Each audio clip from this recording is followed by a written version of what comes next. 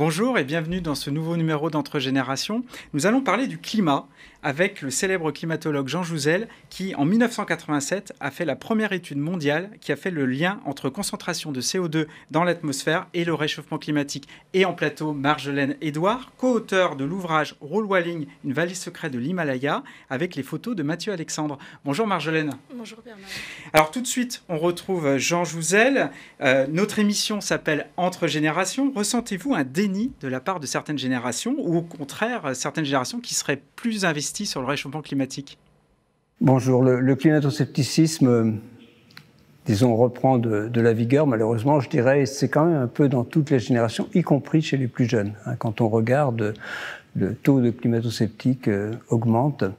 Ceci étant, il y a aussi, c'est chez les plus jeunes, une partie de cette génération qui est très impliquée. Ça, c'est important, mais le problème que j'ai, c'est comment entraîne-t-on l'ensemble d'une génération, et en fait l'ensemble des générations, vers cette société sans carbone qui est absolument neutre en carbone, qui est absolument nécessaire si on veut effectivement préserver le climat et, disons, la santé de la planète, je dirais généralement. Donc il faut que tout le monde s'engage, et c'est ça la difficulté. Mais le climato-scepticisme est vraiment, disons, présent à l'échelle de toutes les générations.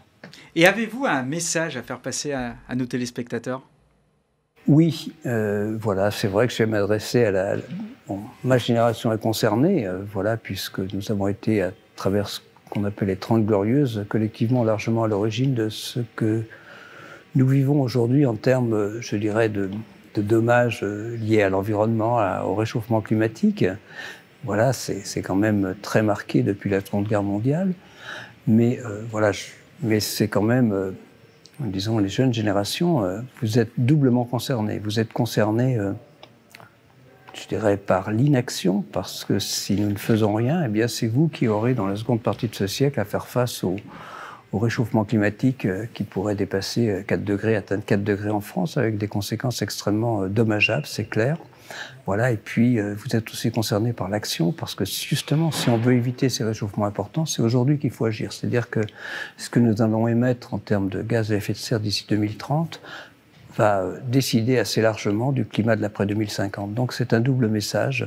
Vous êtes vraiment concernés à la fois par l'inaction, mais j'espère qu'elle ne sera pas là aussi par l'action, et je vous encourage évidemment à vous engager. À la fois, ça peut être il n'y a pas de secteur d'activité qui puisse se dire le réchauffement climatique, ce n'est pas mon affaire.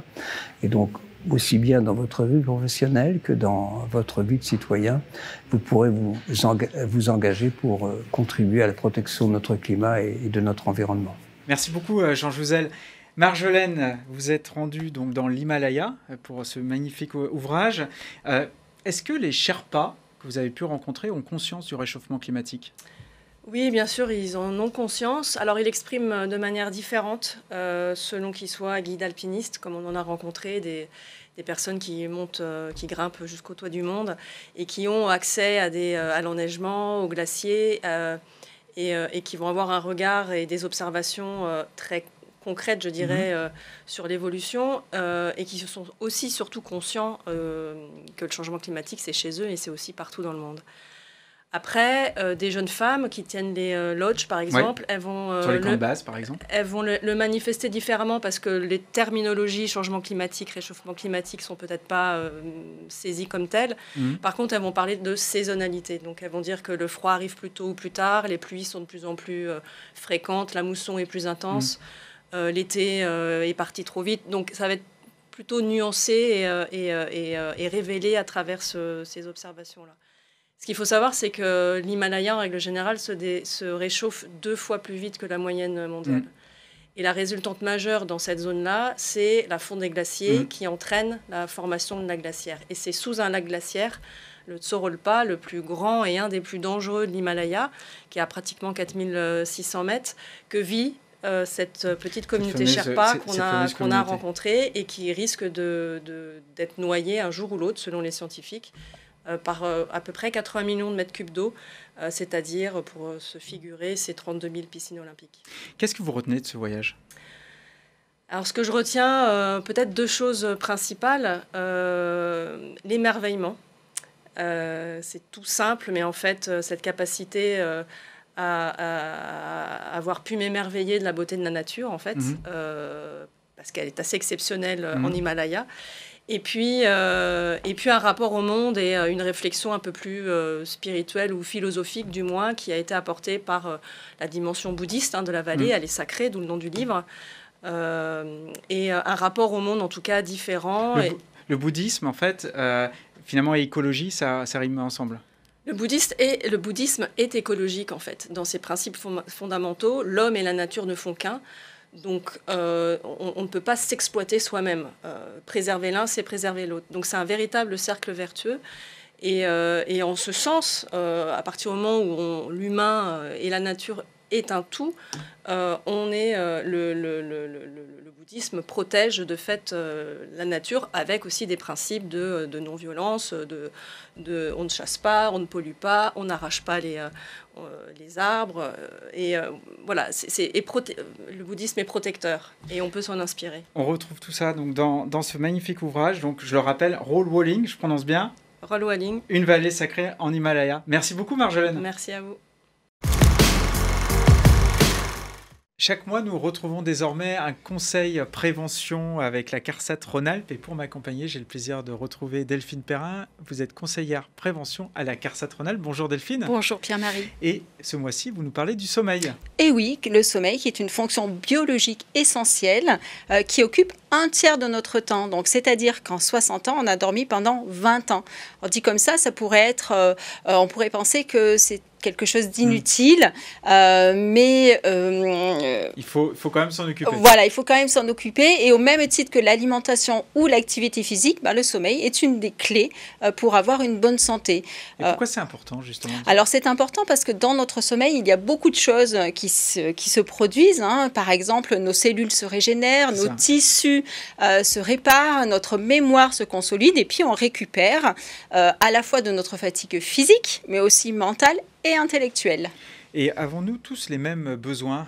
Est-ce que vous avez besoin de dormir 10 heures, d'autres c'est 5 heures ? Alors voilà, vous avez mis le doigt là où il fallait. Effectivement, on a des besoins différents de partout, y compris dans le sommeil. On a des personnes qui auront besoin de dormir que 5-6 heures pour être en forme, d'autres 8 ou 9 heures. Là, c'est vraiment génétiquement programmé, on n'y peut rien.